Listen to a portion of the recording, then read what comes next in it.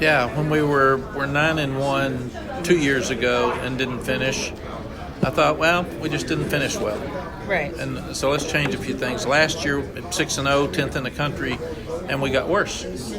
So it's a problem. It's an issue, and it's the only thing that's keeping us from being where we need to be. Right. So I'm so excited about fixing it, and that's what's got me pumped up. I love it. Thank you. We got more depth finally. We've been inconsistent at best on defense. We've been inconsistent in the kicking game.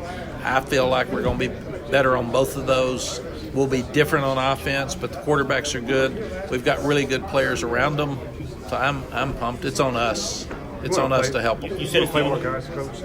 What are the challenges of the coach with playing more guys? Is it more teaching? Is it a little bit more patience? Or more in-game management? What are the challenges? Yeah, it's a great question, and what I've told the guys the other day is how many can you coach?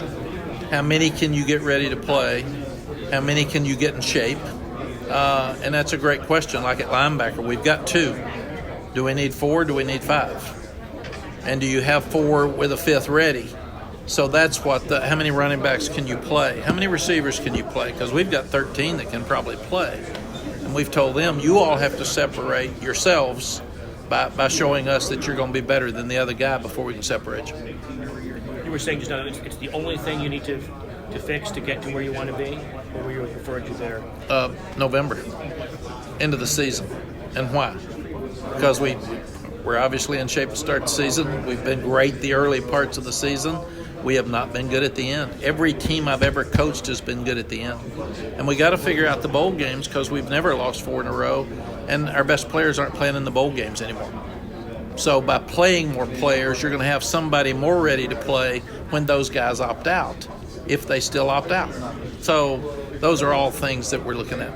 Coach, you guys have this year that's actually going to happen. You talked about for 5 years wanting to play more players. How do you ensure when games are getting tight in November and October and November that you're actually following through with that? Is that something that you just it's happened at certain positions. It just hadn't happened at all of it. It needs to happen at all of them. I now have a defensive coordinator that totally agrees with me, and he's going to make it happen. And when you script them going in, it keeps it from being the coach's decision when he gets nervous. If you say this group is going in the 3rd series, if you're not inside either 20, we're putting this group in, then they go in. And he can't stop them because coaches want to win, and they're all paranoid, and they're all worried about every little thing that happens. So I've got to help them with that. I've got to make them declare what they're doing, tell the kid what they're doing, and then they have to do it. Coach, you replaced a handful of starters up front, but you added some transfers and you got a group that you like. Can you talk about what you see from that group as you get ready to go into fall camp, and also what does having a running back like as special as Amarion do to kind of smooth things out while you get that group gelled together? Great running backs make offensive linemen better. That's right. It's 100%. And I've seen it way too many times. But you take Austin Blaskey, he's played at Georgia, and he's played a lot. And he's really a tough, good football player. You take Willie Lampkin, he was one of our best linemen last year, and very confident. And then you take Howard Sampson at 6'8", 325, 330, and he can move his feet. I think he'll be an NFL player before he gets through. Travion Green has really come on. He's 6'8", 360. Big man. And we were trying to get him to 345. We nearly killed him. And his body mass says he needs to be 360. So we're going to leave him at 360.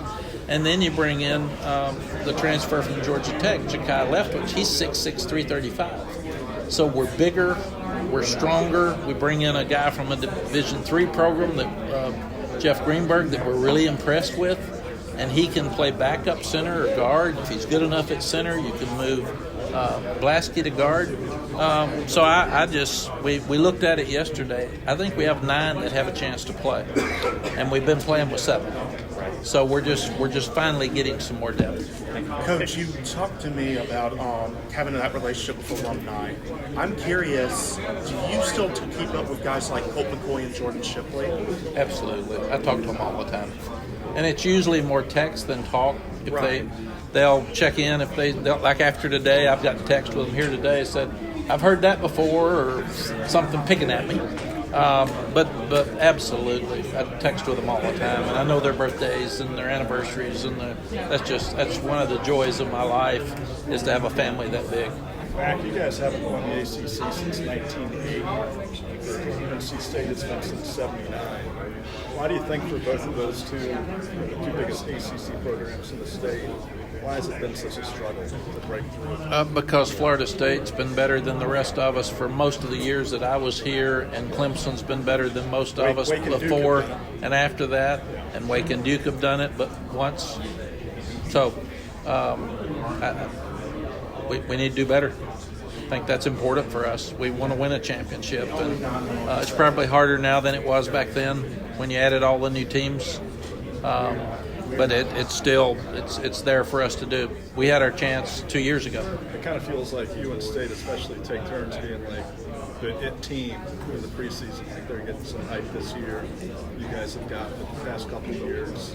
Does that play into it in terms of expectations, maybe getting in your head a little bit and not rising to the occasion? I don't know. It's a good question. You all create expectations. We don't. So, I mean, when you look at it, I like where we are now. And we had no expectations when Drake became the quarterback. There was no buzz, and we weren't going to be any good and won 9 out of the first 10. So I do feel like we handled expectations better at Texas and seem to have expected it there. We handled them better here at the end because we were always up there. Our team hasn't handled them that well, and it really bothers me. And we've got to get where we need to go, and then we got to win when we get there to expect us to be good enough to be there, and we haven't done that yet. Is that what's kind of kept you around? You kind of feel like unfinished business? Is that going to help motivate you to stick around? There's a number of things that keep me around. As I love the kids, and I don't want to let them down and walk away from them. I love the game. I'm so excited about Sunday. When the kids report, how many people love their job so much that they can't sleep because they can't wait till it starts? I mean, that's telling right there. And then I also want to help college football. There's a lot of things that we got to fix. And I want to help Carolina while we're going through these transitions, because not many of those things that happened have been great for us. And I want us to get where we need to be while I'm here.